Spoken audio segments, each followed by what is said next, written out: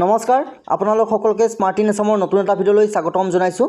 যোৱাকালি মুখ্যমন্ত্ৰীয়ে অসমত শিক্ষক নিযুক্তি প্ৰক্ৰিয়া সম্পূৰ্ণৰূপে সালসলনি হ'ব বুলি ঘোষণা কৰাৰ পিছত যিসকল ভৱিষ্যতে শিক্ষক হোৱাৰ সপোন দেখি আছে বা বিভিন্নজনে ইতিমধ্যে টেট পাছ কৰি থৈছে বা বিএড ডিএলএড বিভিন্ন শিক্ষাৰ্থীয়ে গ্ৰহণ কৰি আছে, তেওঁলোকৰ মাজত বিভিন্ন ধৰণৰ প্ৰশ্নৰ উদয় হৈছে।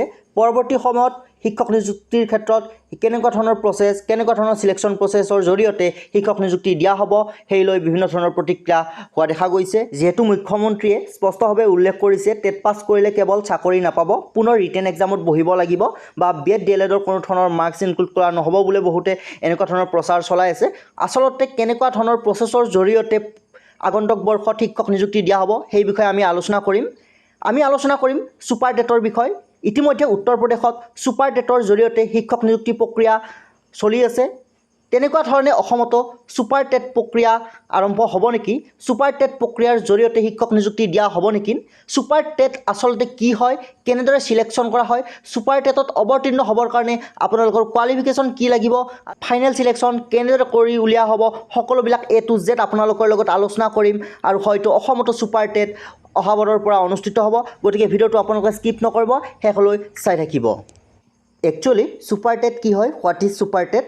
চ' Uttar Pradesh basic education board UPBEB administration the super tet exam.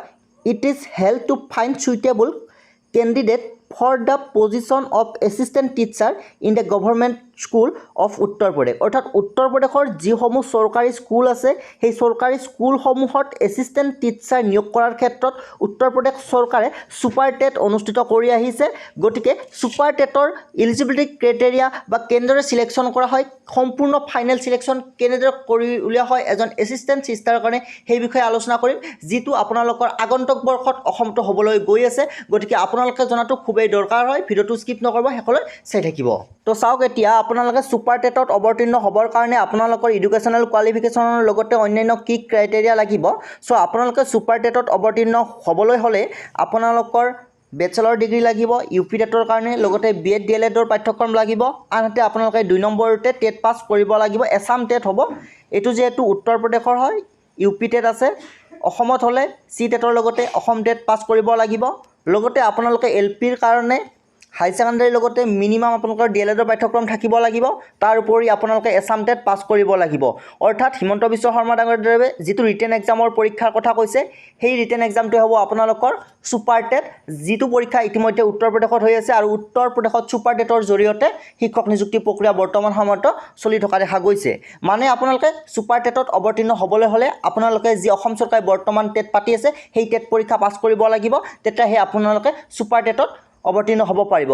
মানে আপোনালোকৰ হিমন্ত বিশ্ব শৰ্মা ডাঙৰীয়াদেৱে বাৰে বাৰে কৈ আছে যে টেটটো আপোনালোকৰ এটা এডুকেশ্যনেল কোৱালিফিকেশ্যনহে, আপোনালোকৰ যোগ্যতাৰ পৰীক্ষা নহয়, আপোনালোকৰ এডুকেশ্যনেল কোৱালিফিকেশ্যনহে। গতিকে আপোনালোকে সেই কোৱালিফিকেশ্যনটো লৈ আপোনালোকে পুনৰ ছুপাৰ টেট পৰীক্ষাত অৱতীৰ্ণ হ'ব লাগিব।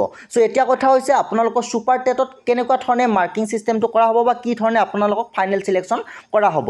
তো চাওক, যিহেতু ক'ভিড পৰিপ্ৰেক্ষিতত আপোনালোকৰ এক্সাম নোহোৱাকৈ পাছ কৰি গ'ল বা বিভিন্নজনে এইটো কথা উল্লেখ কৰিছে যে অসমৰ বাহিৰৰ বিভিন্ন ইনষ্টিটিউটত পঢ়ি বহুত পাৰ্চেণ্টেজ কেৰি কৰি আপোনালোকৰ যিসমূহ ৰেগুলাৰত পঢ়ে তেনেকুৱা ধৰণে ফেৰ মাৰিব নোৱাৰা হয়। এই গতিকে ছুপাৰ টেট অনুষ্ঠিত কৰি সকলোকে সম পৰ্যায়ৰ চাব পৰা যায়, সেইকাৰণে এনেকুৱা ধৰণৰ প্ৰচেছ হাতত লোৱা হোৱা বুলি দেখুৱাব বিচাৰিছে। গতিকে আপোনালোকৰ 10% মাৰ্কছ হাইস্কুল লেভেলৰ পৰা আনিব, 10% মাৰ্কছ আপোনালোকৰ ইণ্টাৰমিডিয়েট লেভেলৰ পৰা আনিব, আৰু 10% মাৰ্কছ আপোনালোকৰ গ্ৰেজুৱেশ্যন লেভেলৰ পৰা আনিব, 10% মাৰ্কছ আপোনালোকৰ টিচাৰ ট্ৰেইনিং চাৰ্টিফিকেট যিখন ডিএলএড বা বিএডৰ থাকিব তাৰ পৰা আপোনালোকৰ 10% মাৰ্কছ আনিব।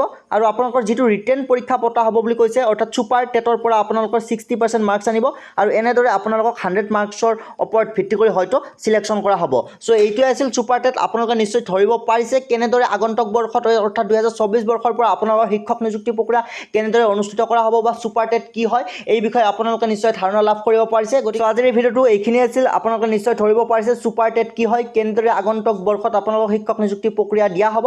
গতিকে ভিডিঅ'টো এইখিনিতে শেষ কৰিছোঁ। ভিডিঅ'টো চাই যদি ভাল পাইছে নিশ্চয় লাইক কৰিব, আপোনাৰ বন্ধুসকলৰ লগত শ্বেয়াৰ কৰিবলৈ একেবাৰে নাপাহৰিব। আনহাতে চেনেলটো যদি আপুনি এতিয়াও ছাবস্ক্ৰাইব কৰি লোৱা নাই, অনুগ্ৰহ কৰি চেনেলটো ছাবস্ক্ৰাইব কৰি ল'বলৈ একেবাৰে নাপাহৰিব। ধন্যবাদ।